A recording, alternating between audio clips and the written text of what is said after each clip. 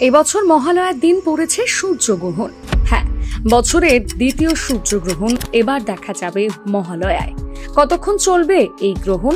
ভারতের কোথায় কোথায় দেখা যাবে এই গ্রহণ? মহালয়ার দিন সূর্যগ্রহণ কি আদৌ শুভ নাকি অশুভ প্রভাব ফেলতে চলেছে? জেনে নিন বিস্তারিত। আগামী 2রা অক্টোবর মহালয়া। সেই অমাবস্যা তিথিতেই বছরের দ্বিতীয় সূর্যগ্রহণ হতে চলেছে। পৃথিবী এবং চন্দ্র নিজের কক্ষপথে আবর্তন এবং পরিক্রমণের সময় সূর্যের সঙ্গে একই সরল রেখায় চলে এলে গ্রহণ হয়। সূর্য এবং পৃথিবীর মাঝে চাঁদ একই সরল রেখায় চলে এলে সূর্যগ্রহণ হয়। অমাবস্যা তিথিতে সবসময় সূর্যগ্রহণ হয়ে থাকে। আর এবারে ভারতীয় সময় অনুযায়ী 2রা অক্টোবর বুধবার রাত 9টা 13 মিনিটে শুরু হবে সূর্যগ্রহণ আর চলবে রাত 3টে 17 মিনিট পর্যন্ত।